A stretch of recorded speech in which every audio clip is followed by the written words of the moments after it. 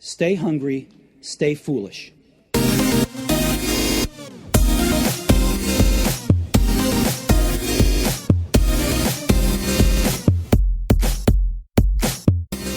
Our bonus guest is a neuroscientist and pioneer in the field of NeuroLeadership. She trained at the Max Planck Institute for Brain Research and is an ex-McKinsey consultant. She delivers brain-based leadership programs to Fortune 500 executives and organizations around the globe to transform how they think, innovate, and navigate change. Her book, The Leading Brain, Neuroscience Hacks to Work Smarter, Better, and Happier, has been translated into several languages and received numerous awards, and was the focus of episode 86 of the Innovation Show. Friederike Fabritius, welcome to the show. Hi.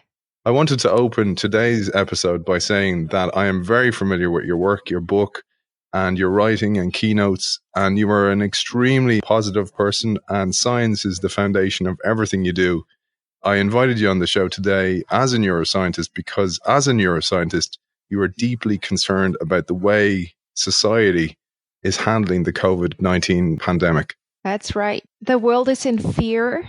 Everybody is in fear. There's a massive fear around. And we know that when people are in fear, their prefrontal cortex for rational thinking doesn't work well anymore. So what we have at the moment is that people can't think straight anymore. And that's very dangerous. And you know what happens when we're in fear? Well, our prefrontal cortex shuts down and we release cortisol. And cortisol is a stress hormone that literally makes our brains shrink.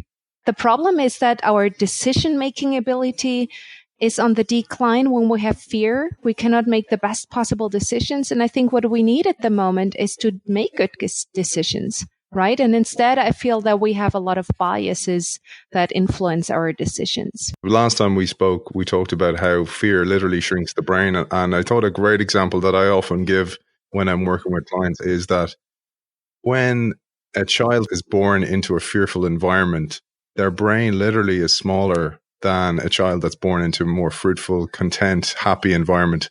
And therefore, the child has less of a chance to have academic prowess. And I thought that sharing that would give everyone an example of how this is scientific fact. Yeah, and you know what also happens is that the amygdala, which processes negative emotions, is the only thing that grows. So the parts of the brain that are good for decision making and empathy and collaboration, they get smaller.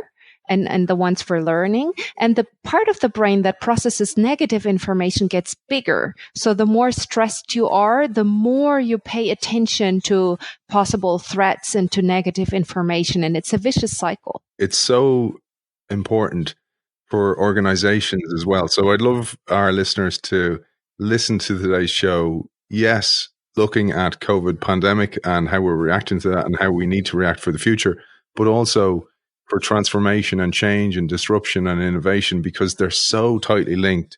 And you talk about the psychological mechanisms that are impacted by fear. And you talk about several of them that I'd love to share. And the first one you talk about is hyperbolic discounting. Yeah, you know, hyperbolic discounting is the fact that we tend to pay attention to things that are immediate, such as a virus attacking you today or any problem you have today. And we tend to underestimate more long-term, more complex challenges, such as climate change or the impact of smoking or the impact of sitting. You know, 18 million people die each year in the world by cardiovascular diseases.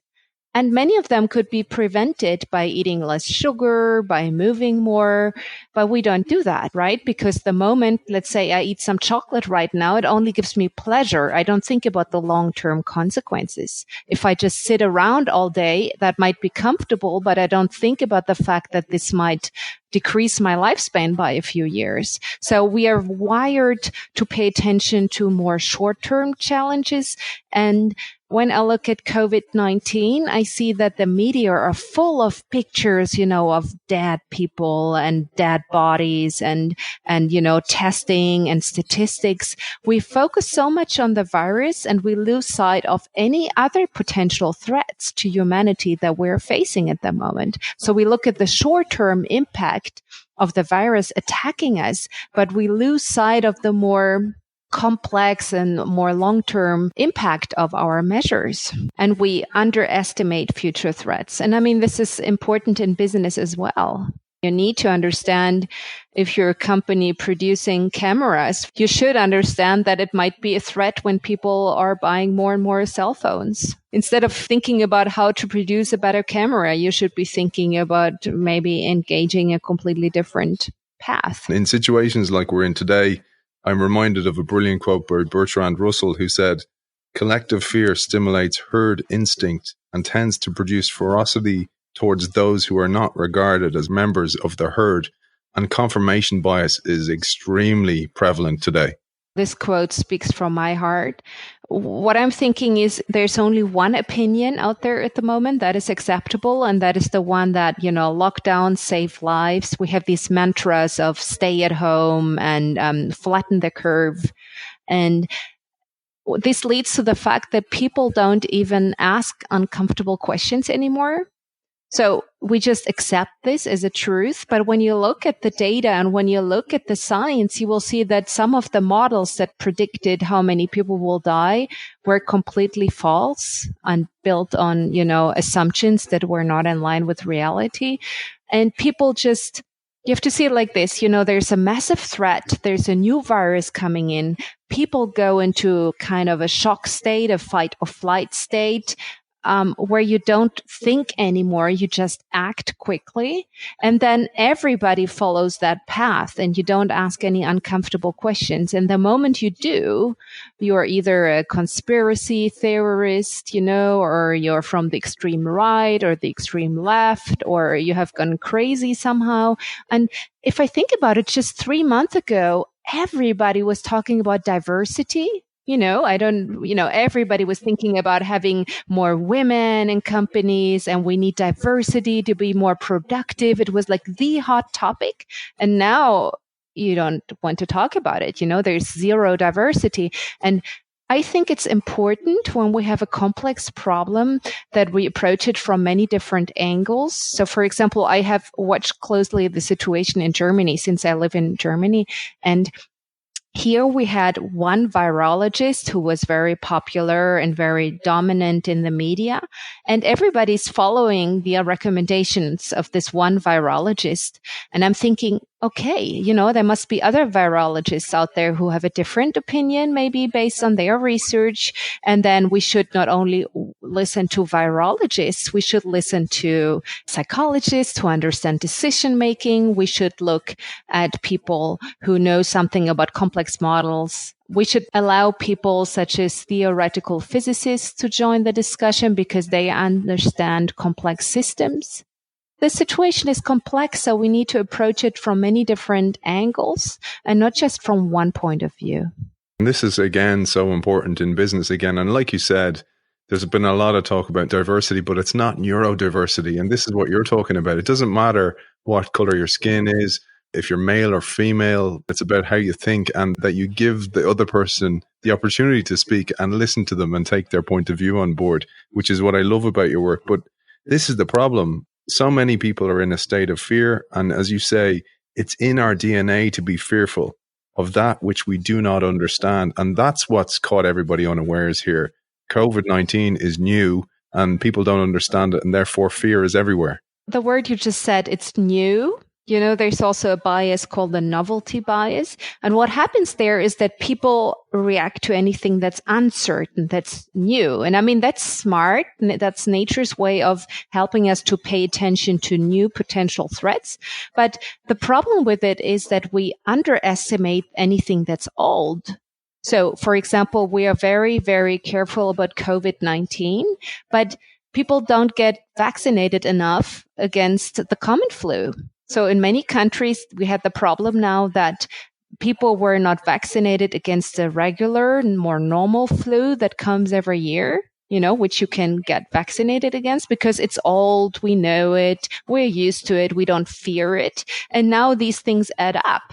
Right. And so we tend to be very scared of anything that's new, and we tend to underestimate anything that's old. And that's what's really dangerous here. I don't think we should ignore new risk. We have to be cautious. We have to be safe. We have to really look at this new virus. But the problem is if we only focus on the new stuff and forget about the old, we might underestimate already existing threats, which might be much worse. And you mentioned there about politicians, for example, and politicians have known for years that a common enemy binds people. So a race of people or a tribe of people will gather together and fight a common enemy.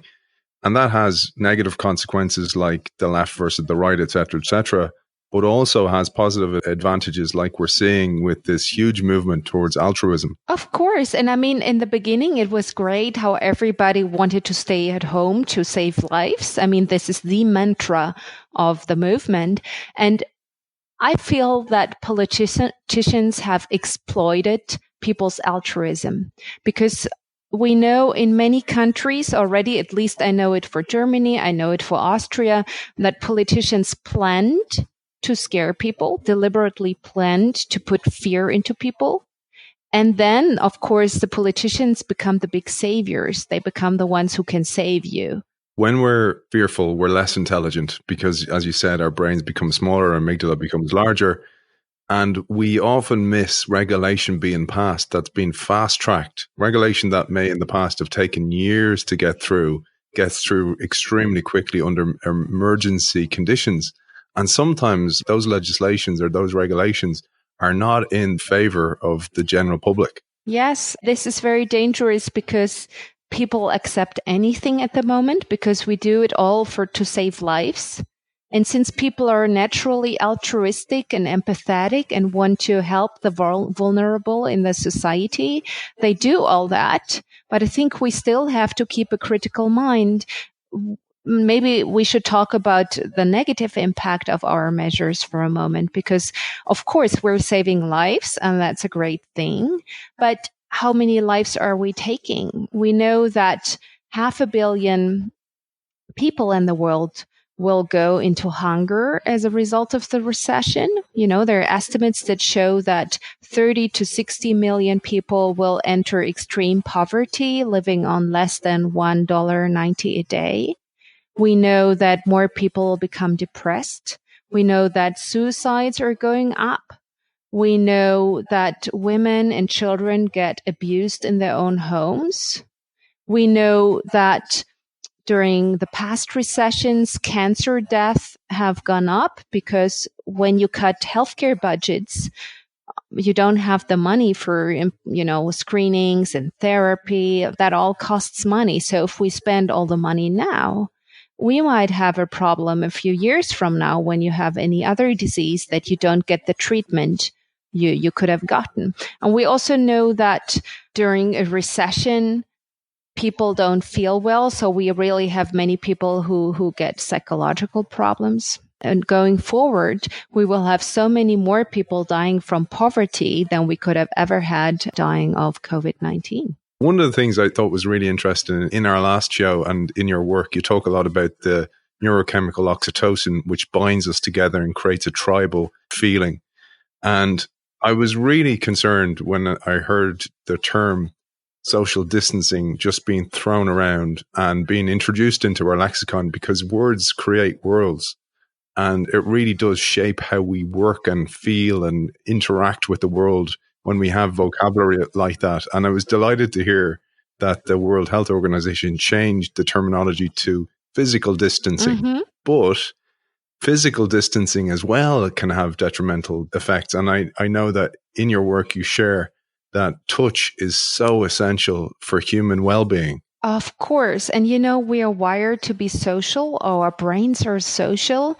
Human touch and human connection is essential to our well-being. It has been shown that people who have great relationships live up to 8 years longer.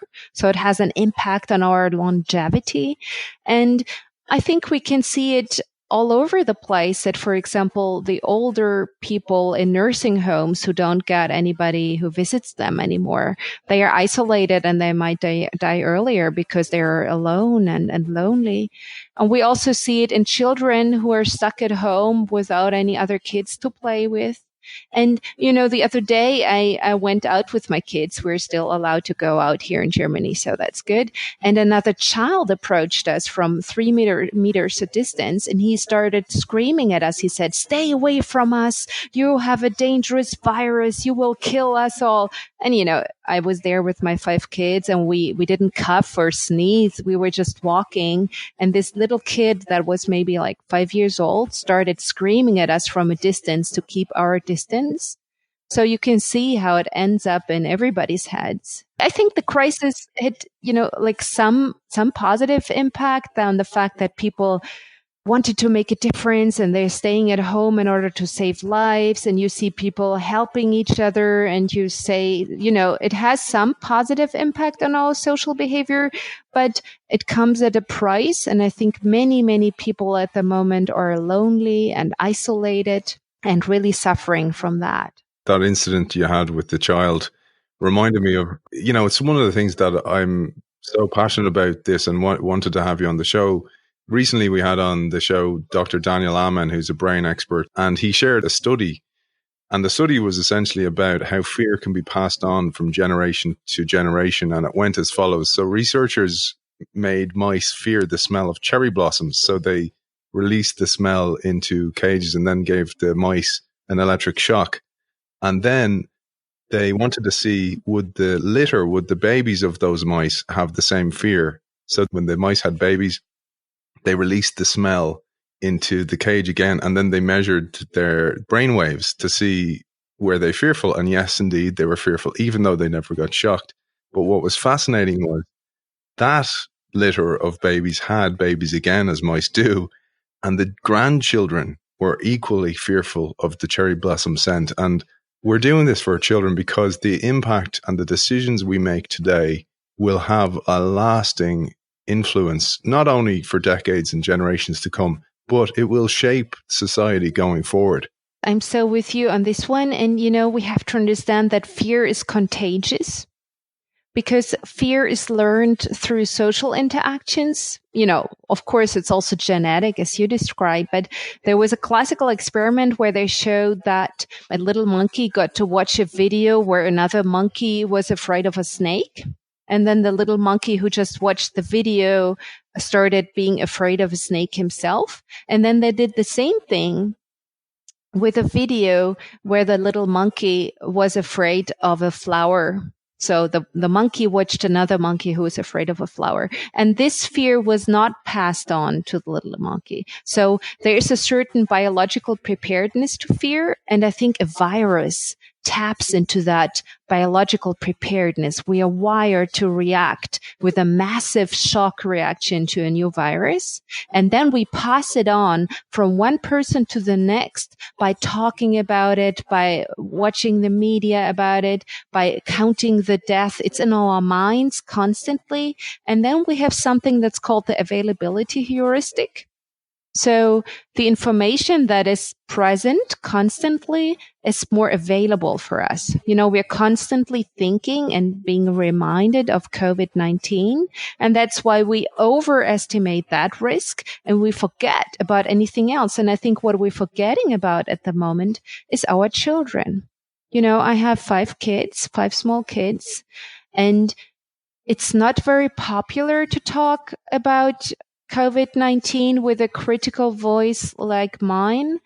And I do it anyhow. And why do I do it? Because I'm concerned about the future of future generations. I'm concerned about the fact that, many children will grow up with parents who are depressed and unemployed and maybe drinking and maybe taking drugs because their life has become unbearable. I'm thinking about the fact that money that we spend today will not be available in the future to cure other diseases, which, like cancer or, there's a long list of other diseases that people can get. And if you spend it all on COVID-19, then not so much is left. So I'm very worried about what this will mean for our children going forward. And I think we can see it already now that many children are depressed in their homes. And one very evident thing is that children are not getting an education. We're closing schools. Of course, this will have a long-lasting impact. If you miss 6 months of school like my kids are doing, then, how will you recover from that? And again, the social interaction, the physical interaction, playing with their friends, all such important, not only for a human being, but for the future of humanity, in that a world that's becoming more and more digital and driven more by artificial intelligence. Those human skills are what is going to give us the advantage going forward. One of the reasons I do the show, as you know, is to share information that I don't feel gets enough of a voice. And recently on the show, we had on Jodie Jackson, and her book and the show was called You Are What You Read. And we focused on how too much negative news and indeed too much positive news is not good for us mentally. And media is naturally negative because bad news sells. And she was telling us that there's a mantra in the media that if it bleeds, it leads. And this is what you're talking about, linked to the availability heuristic, that everything we're hearing, COVID-19, even advertising for breakfast cereal Yes. includes that language, everything, even businesses that we haven't heard from in a long time are sending us newsletters, and the subject line is COVID-19. It's everywhere, and it's driving the fear epidemic even further. Yeah. And there's one thing I would like to say. It's not that I say the virus is not dangerous or we should just ignore it. Of course, it's dangerous. And of course, we should stay safe, do what we have to do to prevent vulnerable people from getting sick. I don't want anybody to die. That's very clear. So what I would like to show is that when people are in fear, they put themselves at risk. To give you one example that I took from a scientist called Gerd Gigerenzer from the Max Planck Institute in Berlin, who does a lot of research on risk and what happened with the swine flu, etc., on decision making. And he always says, after 9/11, people were afraid of flying. And then what happened was that they took the car more often for long distances, right? If you don't want to get into an airplane, then you can start driving instead. And the year after 9/11, in the US alone, they had 1,600 people more than usually who died on the road.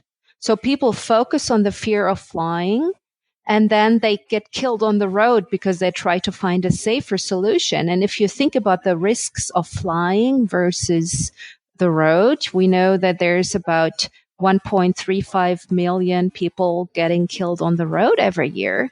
And how many people die in air crashes? What do you think? It's about like 300 people a year. Then, it's like 270 people last year or something like this. So people don't have a clear idea of what risk looks like. We are very much driven by fear and by instinct. And I think we should also think about how can we get out of it. And I have one very simple advice on that. I think it's always important. We get bombarded by these numbers at the moment. So we know, so and so many people have died by COVID-19, and we are focused on these numbers. Whenever I see numbers like this, I always compare them to other numbers. So I think it's important to not only look at the people who died by COVID-19, but to compare it to other risks. So, for example, the 18 million people who die of cardiovascular diseases, 10 million people die of cancer, 8 million people die of air pollution. So we have to be a bit more risk savvy by comparing those numbers to other numbers. And then we can make up our minds whether that's a lot or whether that's a little. And I actually care about people's best interest, right? I want my children to have a future where not half of the world is living in poverty. I want to have democratic systems.